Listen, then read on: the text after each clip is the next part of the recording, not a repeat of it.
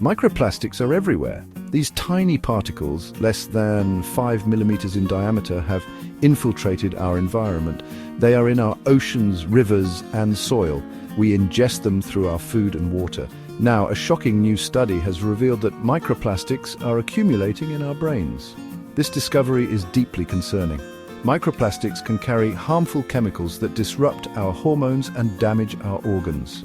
Their presence in the brain raises questions about potential neurological impacts. Scientists are racing to understand the implications of this finding for human health. The study, published in the prestigious journal Nature Medicine, analyzed brain tissue samples from individuals who died between 2016 and 2024. The researchers found a significant increase in microplastic levels compared to previous years. This suggests that our exposure to these tiny particles is increasing over time. The implications of this discovery are far-reaching. As we learn more about the pervasiveness of microplastics, it's crucial that we invest in research to understand the long-term consequences for human health. The study, conducted by a team of researchers at the University of California, San Francisco, analyzed brain tissue samples from 24 individuals. These individuals had no history of neurological disease and died from various causes. The researchers compared these samples to a control group of 28 individuals who died between 2016 and 2017.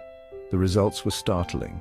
The researchers found a significant increase in microplastic levels in the brains of the 2024 group compared to the control group. Specifically, the levels of polyethylene, a type of plastic commonly used in packaging, were 50% higher. This finding suggests that microplastics are not only present in our environment, but are also accumulating in our bodies, including our brains.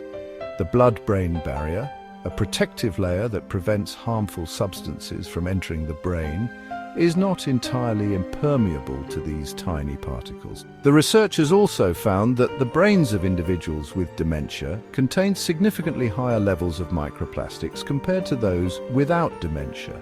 However, the study's authors caution against drawing a direct link between microplastics and dementia. More research is needed to determine if there is a causal relationship.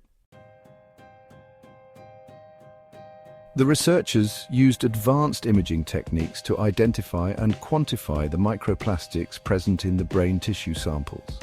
They found various types of plastics, including polyethylene, polypropylene, and polystyrene. These plastics are commonly used in food packaging, textiles, and other everyday products. The study's authors acknowledged that the sample size was relatively small. However, the findings are consistent with previous studies that have detected microplastics in other human organs, including the liver, lungs, and kidneys. The study's findings highlight the urgent need for further research into the potential health effects of microplastic exposure. It's essential to understand how these particles enter the brain, how long they remain there, and what impact they might have on brain function. The researchers call for greater awareness of the issue of microplastic pollution and the need for strategies to reduce our exposure to these potentially harmful particles. The long-term health effects of microplastic exposure are still largely unknown. However, there is growing concern that these tiny particles could have a range of negative impacts. Some studies suggest that microplastics can trigger inflammation, oxidative stress, and cell damage. The discovery of microplastics in the human brain adds another layer of complexity to this issue. The brain is a delicate and complex organ, and any disruption to its normal function could have serious consequences. More research is urgently needed to understand the full extent of the risks posed by microplastic exposure. We need to know how to prevent these particles from entering our bodies and how to mitigate their potential harm. In the meantime, we can all take steps to reduce our own plastic consumption and support efforts to address plastic pollution on a global scale. The future of our health and the health of our planet may depend on it. Be sure to like and subscribe.